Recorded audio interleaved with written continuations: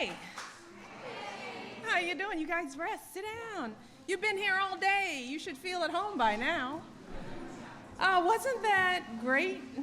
Alan, oh, beauty. I thought he was going to call the president the beast. I was going to laugh at that, but that was pretty cool. Beauty and the Chief.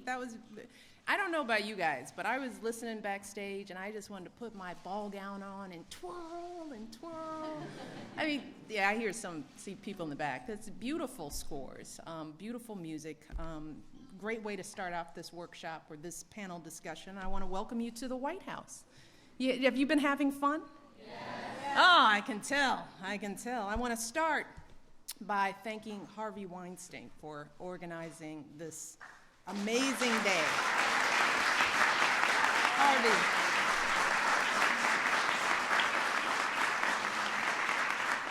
This is possible because of Harvey. He is a wonderful human being, a good friend, and just a powerhouse. And the fact that he and his team took the time to make this happen for all of you should say something not about me or about this place, but about you. All right? Everybody, we are here because of you. Whoopi Goldberg, Naomi Harris, Ryan Coogler, David Frankel, Blake Lively, all of us are here because of you. And of course, my dear friend Gail King is here. We are here because of you. So let's welcome everybody here.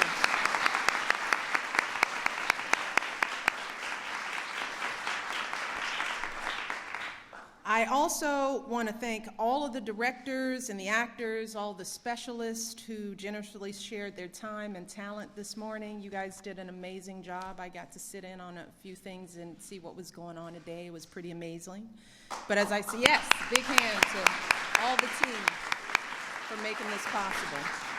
But most importantly, I want to thank our young people. I want to thank you guys for, yes, give yourselves a hand. We have students here from film and visual arts programs in Boston, in Brooklyn, and right here in Washington, D.C. And I'm thrilled to have all of you here for our first ever Careers in Film Symposium. We never did this before. This is the first time that we have brought young people into the White House for an event like this. And we have had students here for workshops on all sorts of things. We've done everything from classical music to spoken word to poetry. And just a few days ago, we were doing some Bollywood dancing in the state dining room. And today, we wanted to continue this tradition by giving you all the chance to dive into the world of filmmaking. And from what I heard and what I saw for myself, I see you guys dove in pretty deeply on this subject. You learned about directing and improvising. You saw how a blank screen can create a whole new world. You discovered how music and sound effects can add emotion to any scene. And you even had a chance to design a wardrobe and apply makeup, just like they do in Hollywood. And just so that the press understands, you may see some of our staff people with big gashes and cuts on their heads. It's just Hollywood happening here. Many of the students did that work, and I was prepared. People told me there are people walking around with scabs on their faces, and then I saw Jeremy, my head of the social office, and I was shocked that his nose was cut up. This stuff is pretty good, very realistic. So you all have had a chance to learn the nuts and bolts of the movie business from some of the Hollywood's most respected leaders. But here's the thing. These folks know that it doesn't just take technical knowledge to succeed in the movie business. And that's one of the important points we want you all to take away. It's not just about being a good actor or knowing how to create the best special effects. It's also about things like grit. It's about determination, resilience.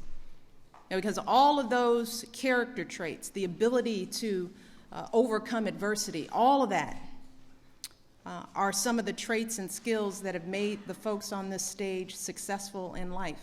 And that's what I want you guys to understand. You know, talent comes and goes, but it's your ability to dig deep when things are hard and make things happen for yourself. That's the difference between just an average life and success. And there are many examples up on this stage. You all know that Ryan is one of the fastest rising directors in Hollywood, and if you don't know that, you'll find out more.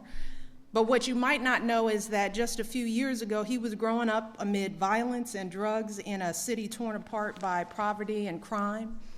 And he says that if it weren't for the discipline and drive that his parents instilled in him, and I can say the same, if he hadn't made the right choices and worked hard every single day, and I can say the same thing, he might have ended up as a statistic, just like many of the kids he grew up with.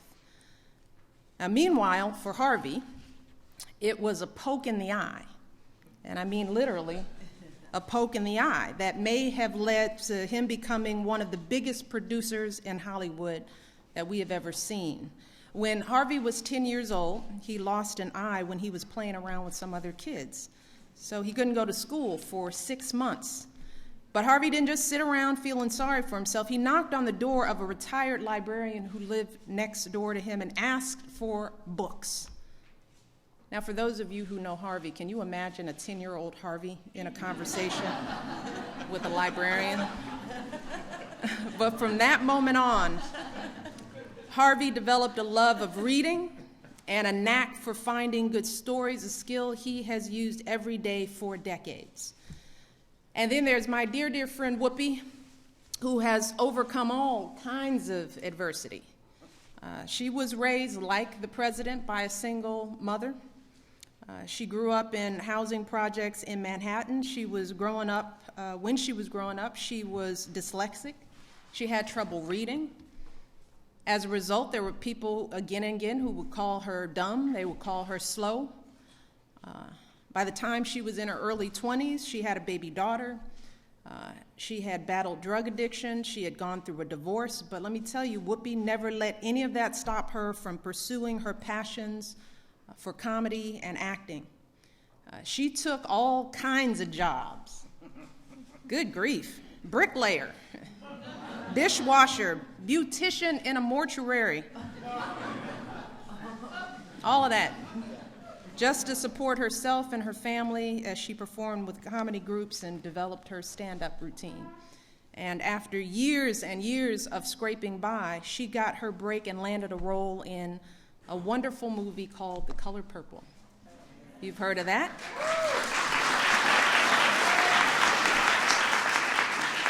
And from there, she's gone on to build a legendary career, and in 1990, she became the second African-American woman to win an acting award at the Academy Awards. And yes.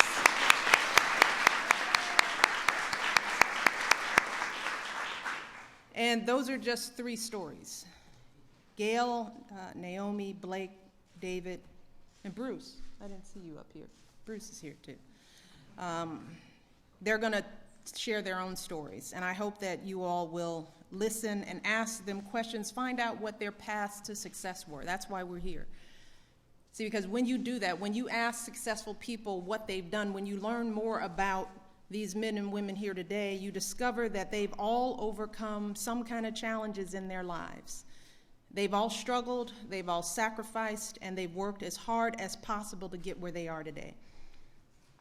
And why we have you here is because we want you to know that the same thing is true for you. The same thing is true for you. We are you.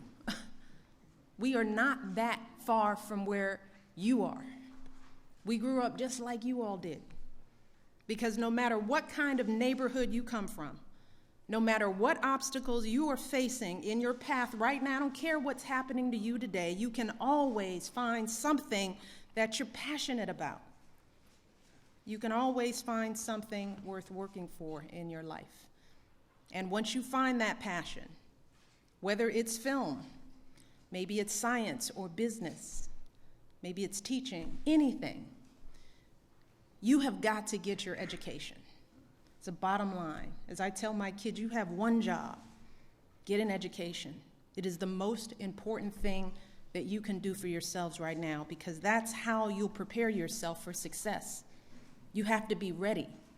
And this is the foundation that you have to have with you when those opportunities come. And that's how you're going to learn the skills that you need to achieve and to keep dreaming big. And getting your education means doing everything you can. It is on you. That's what I just want you to understand. Your education is up to you. So it's up to you to go to school every day, every day. I didn't miss a day of school. It's up to you to do your homework every night. I never showed up at school without my homework being done. It is up to you to prepare for every class, every exam, every test, even if it's not a subject that you care about. That's on you. That's the secret. And you can own that no matter where you come from. That's why we want you here, because we want you to see this for yourselves. And if you do that, if you own your education and you don't let any excuses get in your way, no obstacle block you, then I guarantee you can achieve anything that you put your mind to. As Gail once said, she said, confidence comes by doing and doing and doing. That's the secret. She said, you can't get confident without working hard. That's the key to everything. President works hard. Everybody in this room, every intern, every person with a light or a camera, they get up and they work hard. That's the difference. So I want you all to have that confidence for yourself. And I hope that this day here in the White House showed you that if you can walk into the White House and sit in the East Room with all these stars and greats, that you can do anything. Do you realize that?